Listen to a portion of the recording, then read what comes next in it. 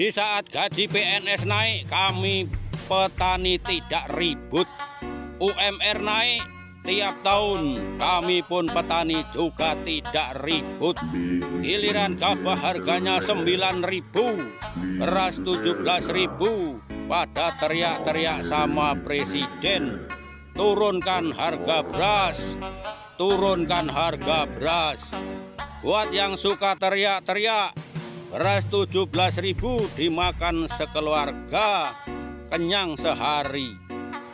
Rokok 30.000 dimakan sendiri, anak istri tidak dikasih. Pak Presiden, kami para petani juga teriak, jangan turunkan harga beras, jangan turunkan harga gabah.